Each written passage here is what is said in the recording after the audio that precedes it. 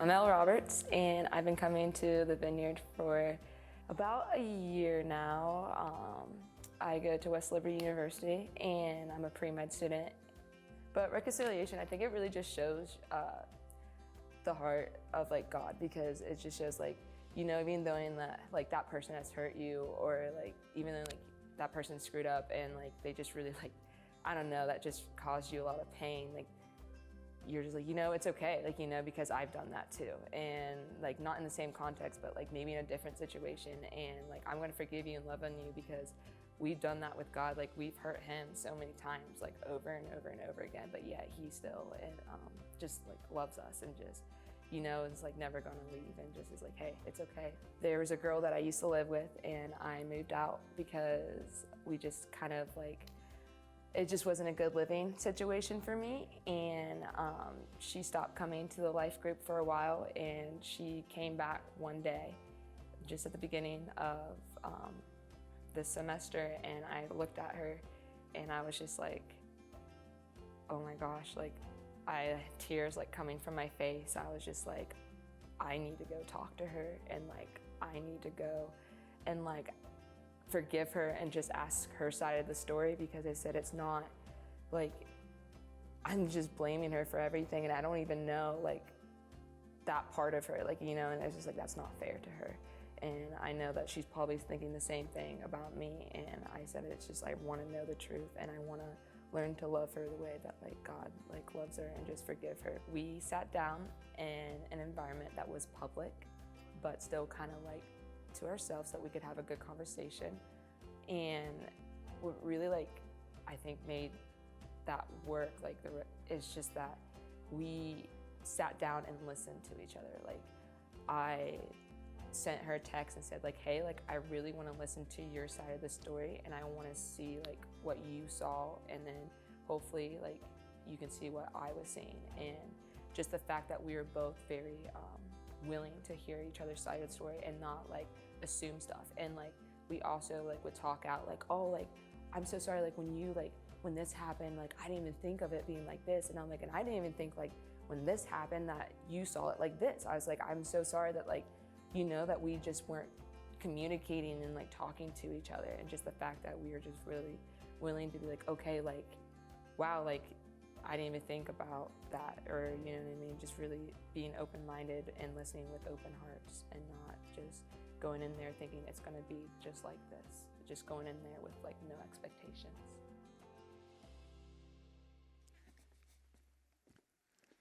Well, good morning. It is so good to be with you all. We're going to have so much fun today. We are continuing and wrapping up our series called Peopling this morning. And if you're here for the first time and you haven't heard the rest of this series, I strongly, strongly encourage you to go back online. You can listen to the podcast. You can watch it on video. It's all there. But catch up on this series, because some of the most important skills you can have in this life are your peopling skills. So much of the quality and the joy level and the trajectory of our lives is determined by the people in our lives and the quality of those relationships. And God has a lot to say about how we navigate that. And actually, if you follow what he says, things go better, right? And so this is such important stuff. So if you've missed this series or missed part of this series, go watch online. Next week, we're kicking off a brand new sermon series, a 4-week series we're calling Stressed Out. And last fall, we did a series called No Longer a Slave, talking about fear, because everybody's dealing with fear and anxiety attacks everywhere and all that kind of stuff. And it was a great series. But in the process of putting that series together, what I discovered was so much of what we deal with in the realm of physical anxiety is not fear-related, it's stress-related. Like it's the physical manifestations of stress in our bodies. And so some of it is fear-related, it certainly can be, but so much of it is stress. And I thought, well, in the next year, we're going to have to come back around and do a series on stress. So that's what we're doing, because God has a lot to say about how to live life in such a way that you're not stressed out all the time. Does that sound good to anyone? Can I get an amen? All right, so be here. You have an invite in your program. Bring somebody with you. It will help them as well. It's going to be a super practical series, and that kicks off next week. Today, we're going to do the second part of last week's message. So last week, we talked about what happens when you get hurt in relationships. What happens when you're rejected, when you deal with pain, you're disappointed, or somebody does something and it's like, oh boy, that stings. How do you deal with that? Because the temptation is to blame them, right? Or to blame yourself. And you need to know what your which way you go. We tend to go one way or the other. It couldn't be me, it must be them. They're bad, they have horrible motives, they're mean people, blah, blah, blah. Or it must be me, I'm not good enough, I'm too intense, I'm not enough. And some of us go in that direction. It's important to know because very few of us are very comfortable to just let it lay, right? We have to explain it to our hearts somehow, and we go in those two directions. You need to know that so that you can stop doing that. And then the second thing that I said last week that we need to do is, and in light of that, we need to lean into relationships. And I encourage you, get involved in a life group, get involved in a serve group, lean into your church, lean into your friends, invite people into your home, into your life. Do not allow the hurts in this life to keep you from connection. Don't let the pain of rejection keep you from the joy of connection.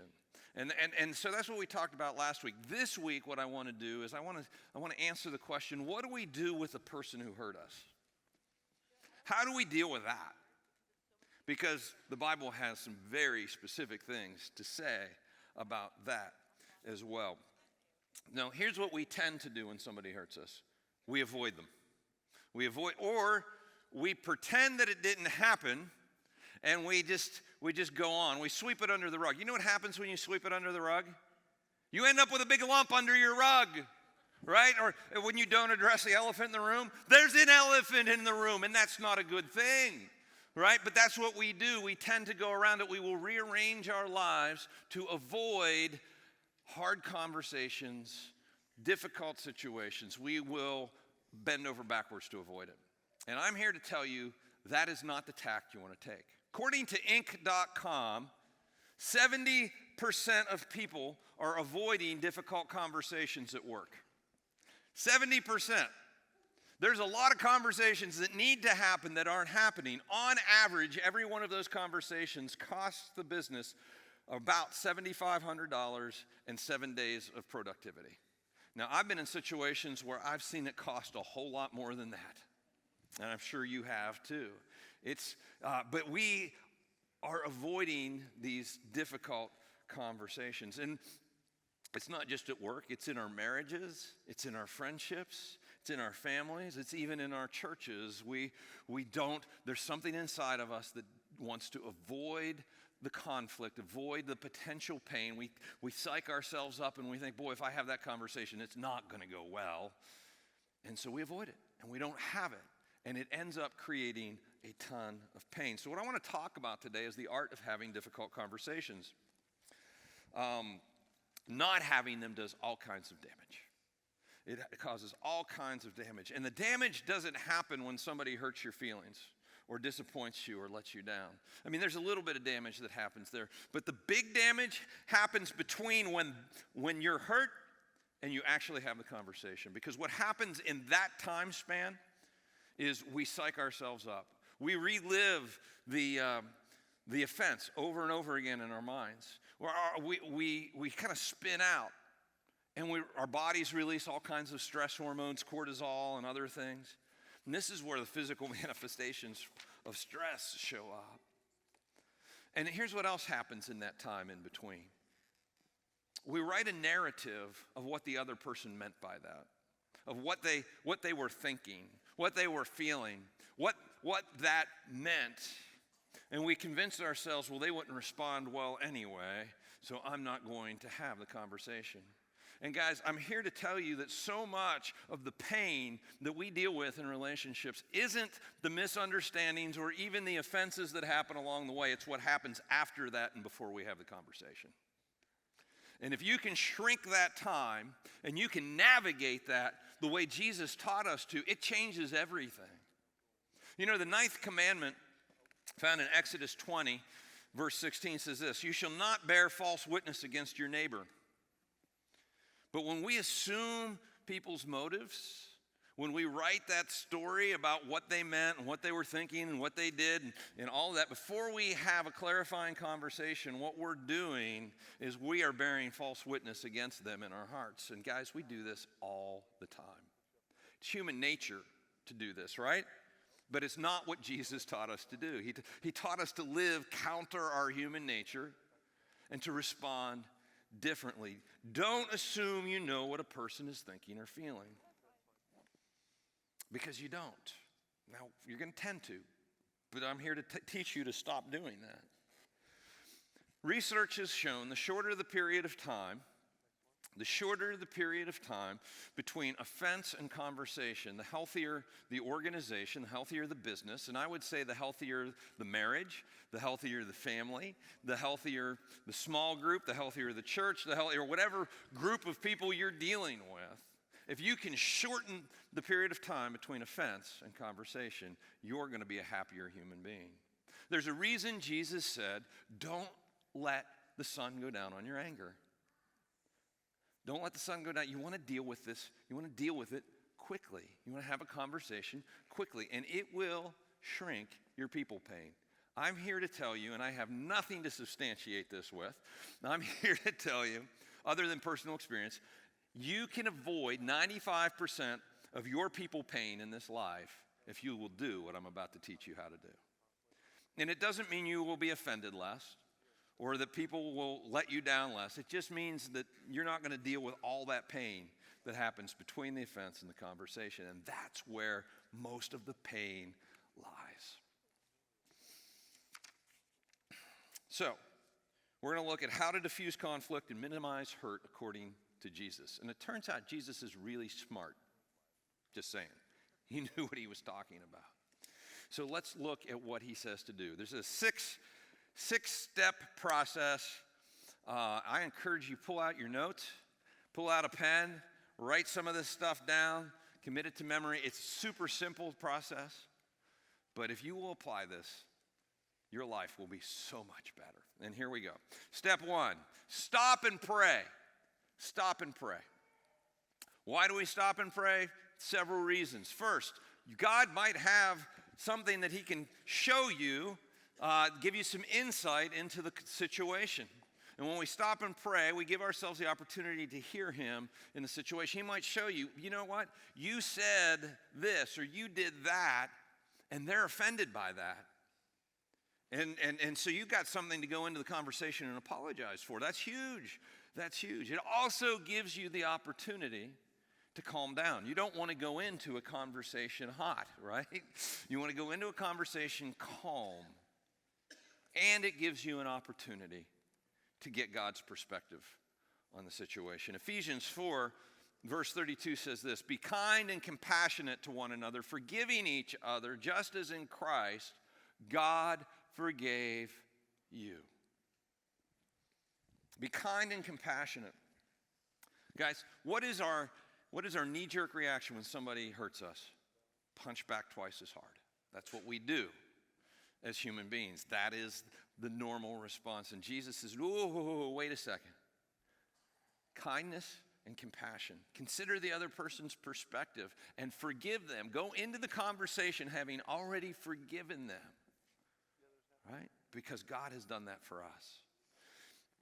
Colossians 3, 12 and 13. "Therefore, as God's chosen people, holy and dearly loved." I love how he starts this. He starts with our identity, right? Because we are tempted in those situations to take what the other person did as a statement about who we are. And it starts with, no, you're God's kids. You're God's chosen. You are dearly loved. And guys, when you are steeped in that reality and that identity, you can stand outside the situation and not take it so personally. "Therefore, as God's chosen people, holy and dearly loved, clothe yourself with compassion, kindness, humility, gentleness, and patience. Bear with each other and forgive one another if any of you has a grievance against someone. Forgive how? As the Lord has forgiven you."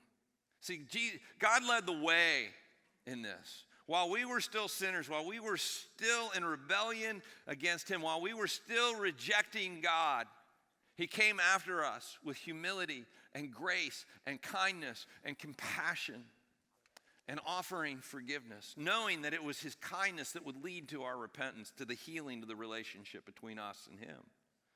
And the same principle applies between you and people in your life. If you will offer that same forgiveness, that same kindness, compassion, humility, all of that, boy, it just greases the rails. It makes it so much easier to heal the situation that you're dealing with. So, super important. So stop and pray. So much can happen in that time that you stop and pray. You get to calm down. You get to hear from God about, some insights into the situation maybe, and you get to remind yourself not to respond with a punch, but with kindness, compassion, and forgiveness. And that leads to step 2, which is choose to believe the best. Choose to believe the best. I have found, and again, I have no scientific data to back this up, but this is just personal experience. About 90% of the time, it's not what I thought it was. About 90% of the time, when I have a conversation with somebody and I'm like, well, you did this, and I kind of interpreted it, that's not what I meant at all. And it just needed a clarifying conversation. Now, if we never had that conversation, I'd be spinning in my mind, right? But 90% of the time, it's not what I thought. So believe the best. It's probably not what you thought. 9% of the time, though, I found that it is what I thought. They said it. They did it. But 9% of the time, they either didn't know that they thought it or did it, or that I took it that way. And so it's a foot-in-the-mouth moment. Has anybody ever had a foot-in-the-mouth moment? You guys are being honest today. I love that. That is so good. Yeah, absolutely. We all do this. At one point, after a program that we did here at the church, we walked out into the lobby. This was back at the building on Warden Run, and walked out into the lobby, and there were just like 2 or 3 people left. And somebody asked me, "Hey, how did it go?" And I said, "Well, it went great, but it was long. It went longer than it was supposed to." Well, the person who was responsible for the program, I didn't know this, they were standing around the corner, and they heard me say that. And what they heard was, Chris doesn't value my leadership. Chris doesn't think I'm competent to lead a program effectively. And I can understand that, because I told somebody else. I wasn't telling that person. It was wrong, right? I stuck my foot in my mouth, and I didn't even know it. Shouldn't have said it. Well, that person didn't say anything. And so for months, you know what I'm talking about? You could kind of feel it in the air, right? But had no idea what was going on. And then when we finally did have the conversation, it blew up. It was hot. And you said this, and you said that, and blah, blah, blah. And because they had months to write the narrative about what I was thinking and what I was feeling. And it was awful, right? When I heard it, I was like, I'm so sorry. I shouldn't have said that. I was wrong. So 90% of the time, it's not what you think. 9% of the time, it's the foot-in-the-mouth moment. And if you can just talk it through, you can get to where you need to be. Guys, we're going to make mistakes. We're going to stick our feet in our mouth from time to time. 1% of the time, they're a jerk. It's in the Bible. Actually, it's not. But there are people who just will not respond, or they're malicious or whatever else, okay? So that does happen, but 99% of the time, that's not the case. So on the front end, choose to believe the best about them. Let them prove you wrong. Choose to believe that it's not what you think, or that it's, a foot-in-the-mouth moment. We just need that. Choose that on the front end. It will change the way you go into the conversation. Step 3, go to them. Go to them. Do not go to your mama. Do not go to your small group. Do not go to anybody else. And so many of us need other people to share in our misery. And so we try and get other people worked up about how bad they are before we ever have a conversation with them. Do not do that. Go to them. Go to them. Go to them. And don't You know, Christians, don't you dare prayer gossip. You know what I'm talking about? Oh, dear Lord Jesus, help so-and-so. And everybody else is like, what's so-and-so doing? Don't do that. Guys, do not be the cause of a toxic environment. All of us have lived in or through toxic environments, whether it be at work or in our families or wherever else, and this is where it comes from. Don't do it. Do not gossip. The Bible has a lot to say about gossip. Go to the person and have the conversation. At the Vineyard, we have a staff team code. We have 8 things that says we whatever. And one of the we's of our staff team code is we don't drama. We don't drama. And this is what we mean by this. Got a problem with somebody, we're going to go talk to them. And if you go to anybody on our team and go, hey, so-and-so did this and blah, blah, blah, they're immediately going to stop you and say, have you talked to so-and-so about it? And if you haven't, they'll say, you need to go talk to so-and-so. We don't do that here. We don't do that here. In fact, it's a fireable offense because it's that big of a deal. Do not, as followers of Jesus, we're not to be the source of toxicity wherever we are. We are supposed to be the source of blessing and healing. And when we don't go to the person but go to other people, we're not. And we're being disobedient to Jesus. In Matthew chapter 18, Jesus said this, if your brother sins against you, go and tell him his fault between you and him. Let's say it all together. Alone. Yeah. You go to the person. That is written in red, guys. Jesus said that. This is a big deal. And Jesus, turns out, knows what he's talking about. Somebody has something against you, or somebody has hurt you or harmed you or disappointed you, go talk to them. Go to them. Now, Jesus doesn't leave it at that. In fact, Jesus says, look, not only if you've had your feelings hurt, but if you know you've hurt somebody else's feelings, if you've done somebody else wrong, you go to them.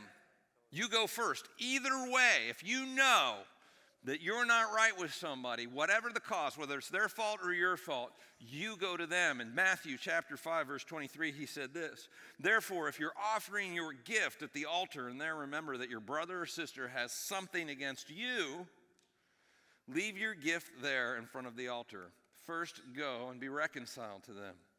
Then come and offer your gift. Now, the context in where Jesus is sharing this is in Jerusalem at festival time. And so they would have a handful of festivals throughout the year. And people would travel from all over the country and all over that region of the world to Jerusalem. And they would bring offerings and sacrifices. And they would wait in long lines because everybody was there, thousands and thousands of people, to take their offering to the altar. And so what Jesus is saying is, look, if you've been standing in line for 5 hours to bring your offering to the altar, and you're next in line to go to the altar, and there you remember that somebody has something against you, get out of line, go search Jerusalem until you can find them, because chances are they're there.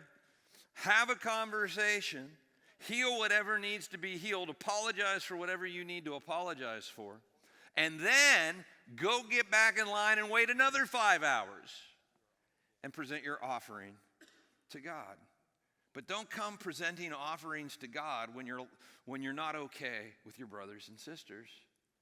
Jesus was asked what the most important commandment was, and he famously said, love God with all your heart, soul, mind, and strength. But then he tied it to love your neighbor as yourself.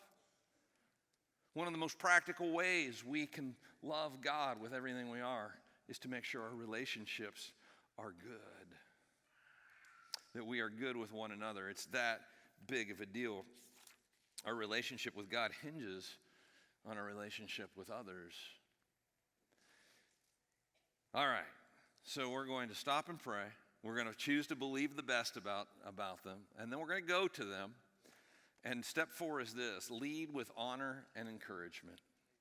Lead with honor and encouragement. Guys, if you go in hot, if you go in, well, you said this and you did that and you, what's going to happen?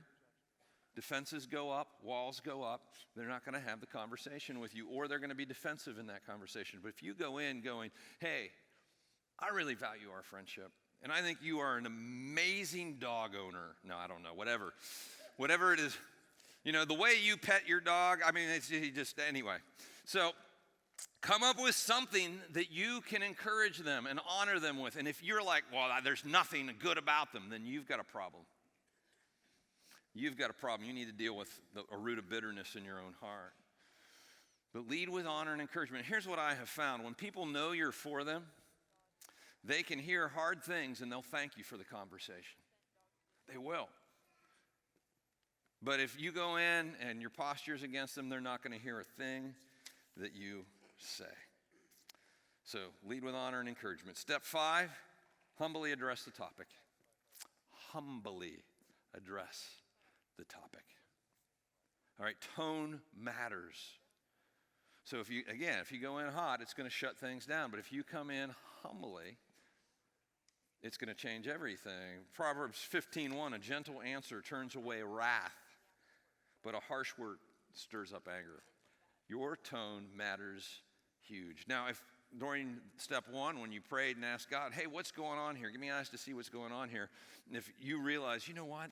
I wonder if they interpreted this wrong, or if they heard that, or God will remind you, you said this, and they probably caught one. Go in and say, look, I need to apologize. Guys, when we go into a conversation like that, man, the walls come down. So if you can apologize for something, apologize for it. If you've got something that you need to apologize for. You know, when I was 5, I'm guessing 5. I was a little kid. I was definitely before the age of accountability, so it was my dad's fault. So we used to fish out on Big Wheeling Creek, and we heard about this pond that had great, just awesome bass fishing, but it was on private property. Well, one day, before I was old enough to be accountable or know what I was doing, we snuck onto that property and spent the afternoon fishing in that pond, which was very, very much fun, until the landowner showed up. And in no uncertain and unchristian terms, he let us know we were not supposed to be there and never to come back. Well, we left and got home, and my dad felt horrible about it. My mom ended up baking some bread, and my dad drove back out to this guy's house, up his driveway, parked, got out of his car, walked up his steps, and knocked on his door. Gave him some bread, because homemade bread covers over a multitude of sins. Sometimes we pay restitution. Sometimes a gift just opens the door for the conversation. But my dad started with, I am so sorry, I was wrong. Now, it ended in a great conversation and an invitation back to fish in the pond, which is not why my dad went back to apologize. You know why he went back to apologize? Because Jesus said, if somebody's got something against you, you go to them and you make it right.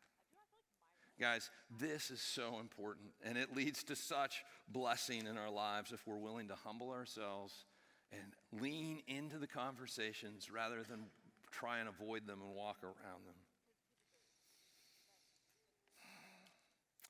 In that, as we're humbly addressing the topic, ask questions. Say, help me understand. Say, we have people taking the Emotionally Healthy Relationships course right now, which is a great class. If you get a chance to take it in the future, I encourage you to do it. But one of the things they teach is you say, like, I'm puzzled. Help me understand. Well, that's a great, humble approach. Explain to me, because this happened, and I interpreted it this way, and I'm thinking that you're thinking this, and you give somebody the opportunity to say, no, that's not what I'm thinking at all. Or, yes, that's exactly what I'm thinking, but then you can talk about why. And you get to have a good conversation. Because when we don't have that conversation, it all happens up here. And all kinds of lies get told, and stories get spun, and our bodies pay the price, and our hearts pay the price, and our relationships pay the price. Lean into the conversation. And then step 6, super simple. End with honor and encouragement. We're going to give them an honor and encouragement sandwich. We're going to lead with honor and encouragement. We're going to talk about the topic, and then we're going to end by saying, you know what, thank you so much. I so value our friendship. I so value you. And I'm just glad that we were able to have this conversation, or whatever you can come up with to honor them. Super important. Honor and encouragement are powerful, guys. If we will just be honoring and encouraging people, life will go so much better. Now, let me encourage you. Do this in person if you can. It's not always possible, but most of the time it is. Do not do this via text message. Do not do it via direct message. Do not do it on Facebook, for crying out loud, all right?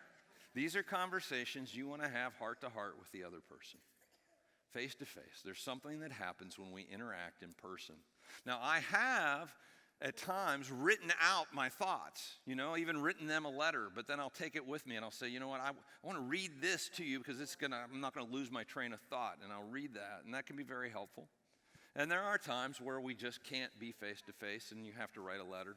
But I encourage you, write a letter, don't do it electronically, because there's so much that's lost in translation that way. And if you'll lean in instead of leaning out, if you'll